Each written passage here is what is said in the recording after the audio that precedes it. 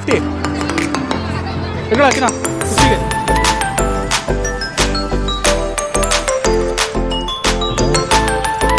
ಅತಿ ಶೀಘ್ರದಲ್ಲಿ ಪರಿಹರಿಸುವಂತ ಈ ಉಂಗುರ.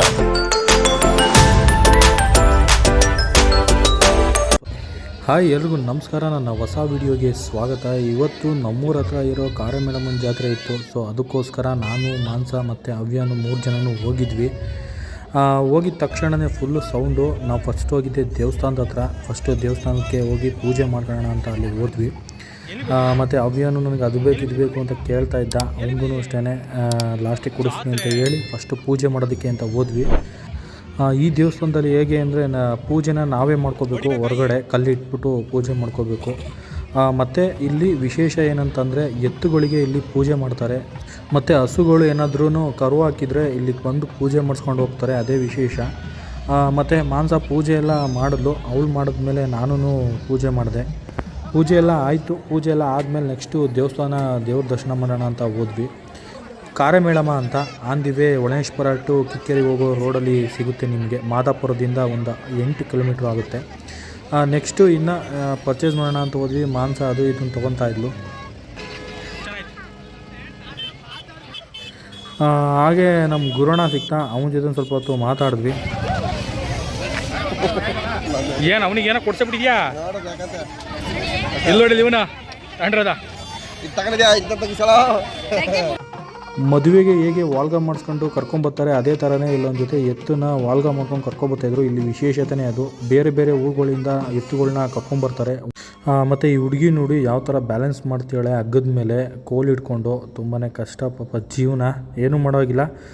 ನೆಕ್ಸ್ಟು ಟ್ಯಾಟು ಹಾಕ್ತಾಯಿದ್ರು. ಪರ್ಮನೆಂಟ್ ಅದು ಪರ್ಮನೆಂಟ್ ಟ್ಯಾಟೂನಾ ಹಾಕ್ಸೋದು? ಟ್ಯಾಟು ಹಾಕಿಸ್ಕೋ. ಟ್ಯಾಟು ಹಾಕ್ಸ್ಕೊಳ್ಳೋ. ನನ್ನ ಹೆಸರು ನೀನು ಹಾಕಿಸ್ಕೋ. ನೆಕ್ಸ್ಟು ಅಲ್ಲಿಂದ ಹೊರಟ್ವಿ. ನಮ್ಮ ಅವ್ಯನ್ ಮಾತ್ರ ಕೆಳಗಡೆ ಇಳಿತಾ ಇರಲಿಲ್ಲ. ನನ್ನ ಹೆಗ್ಲು ಮೇಲೇ ಇದ್ದ. ಅಲ್ಲಿಂದ ನಮ್ಮ ಸೋಮಣ್ಣ ಸಿಕ್ಕಿದ್ರು. ಅವ್ರನ್ನ ಮಾತಾಡಿಸಿದ್ವಿ. ಎಲ್ಲ ಮಾಮ ಹೋದ್ರ ಅವರು? ಹೌದಾ? ಇಲ್ಲ, ನಾವು ಈಗ ಬಂದು ಪೂಜೆ ಮಾಡ್ಕೊಂಡು ಹೋಗ್ತಾ ಇದ್ವಿ. ಆಯ್ತು ಹೋಗ್ಬಾ. ಆಯಿತು. ಅವ್ರನ್ನ ಮಾತಾಡ್ಸ್ಕೊಂಡು ಹೊರಟೆ ಆದಮೇಲೆ ನೆಕ್ಸ್ಟ್ ಹೋಗಿದ್ದು ಅವ್ಯನ್ಗೆ ಏನೋ ಕೊಡ್ಸೋಣ ಅಂತ. ಏನು ಬೇಕಾ? ಆರಿಸ್ತೀನಿ ನೀರು ತಗೋ. ಆಯಿತು, ಒಂದು ತಗೋ ಬೇಗ.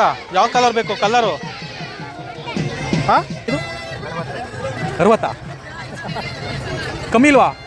50 ಎಗಳ ಚಿನ್ನ 50ಗೆ ಡೀಲ್ ಆಗಿದೆ.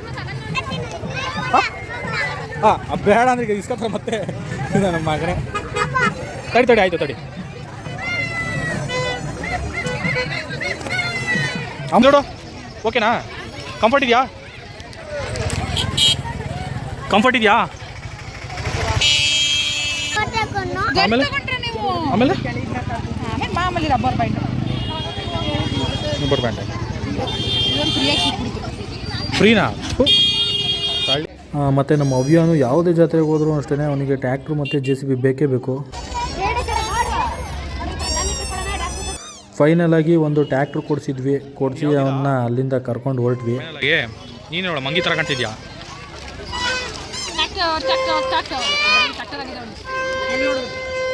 ನೋಡ್ರಿ ಆಯ್ತು. ಯಾವುದೇ ತೊಗೊಂಡ್ರು 100 ರೂಪೀಸ್. ಊದ ಒಂದ್ಸಲಿ ಹಂಗಲ್ಲ, ಮೊದಲು ಹಂಗುದು. ಯಪ್ಪ 1/4 kg ಆಯ್ತಾ? ಒಂದು 1/4 kg ಕೊಡಿ.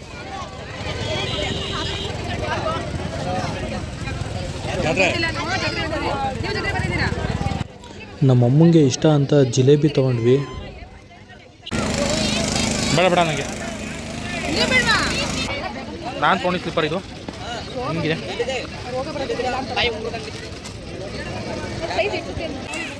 ಮನೆಗೆ ಇನ್ನು ಕಡ್ಡಪುರಿ ತಗೊಂಡಿಲ್ಲ ನಾನು. ನೋಡಿದೆ ಇರೋದೇ 120. ಮಸ ಹೇಳೆ ಬಾರ್ಗೇನ್ ಮಾಡ್ತೀನಿ ಅಂತೀಯಾ? ಬರಲ್ವಾ? ಫಿಕ್ಸ್ ರೇಟಾ? ಮಸ ಇಲ್ಲ ನೋಡಲಿ, ಬಾರ್ಗೇನ್ ಮಾಡು.